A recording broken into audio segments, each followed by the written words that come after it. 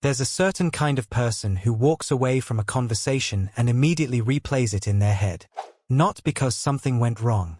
Just because they're not sure the other person really got it. Got what they meant. Got who they are. And so the next time they see that person, they try again. A little more detail this time. A slightly different angle. Maybe a better example. And somewhere in the back of their mind, there's this quiet hope that if they just find the right words, the right moment, the right way of saying it, finally, someone will understand. Most people who watch someone like this assume they're nervous. Or insecure.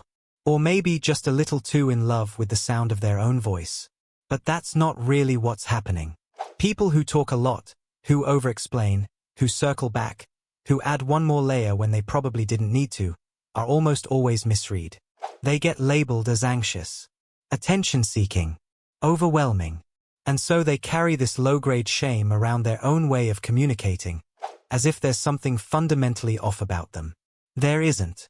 What's actually happening goes much deeper than personality, and it rarely has anything to do with confidence, or ego, or a need to dominate a room. The real reason people talk too much isn't about talking at all. It's about something that never quite got resolved.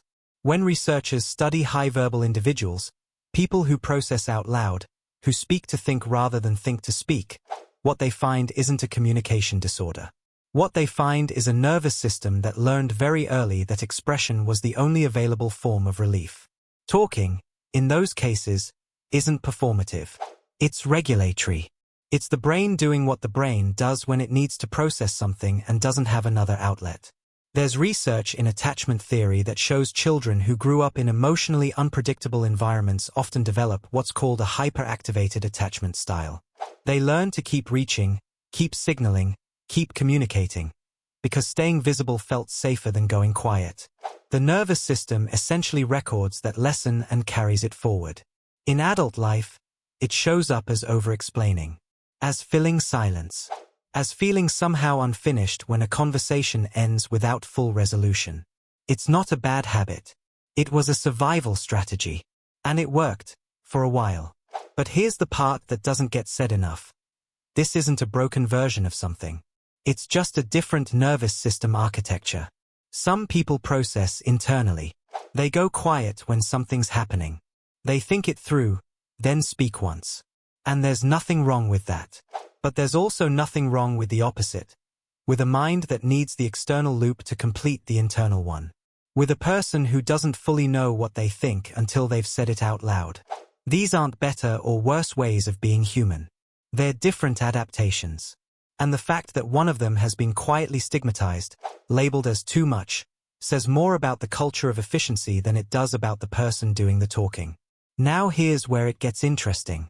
Because there's a quiet cost to this pattern that most people don't see until they're in the middle of it. When you over-explain, you're not just giving more information.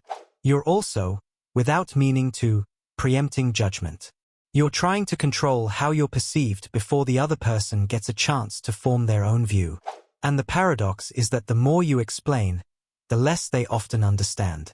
Not because your words are unclear, but because the sheer volume of them signals something other than confidence. It signals urgency.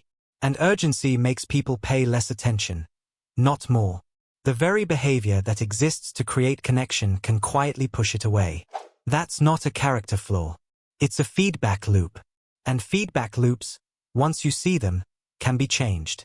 Not through discipline or willpower, but through understanding why they exist in the first place.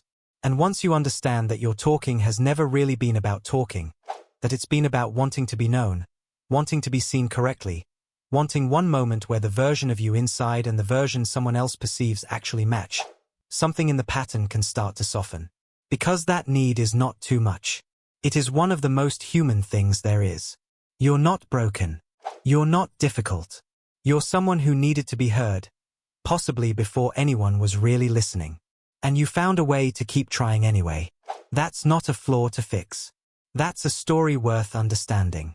If this felt familiar in some quiet way, there's another layer to this.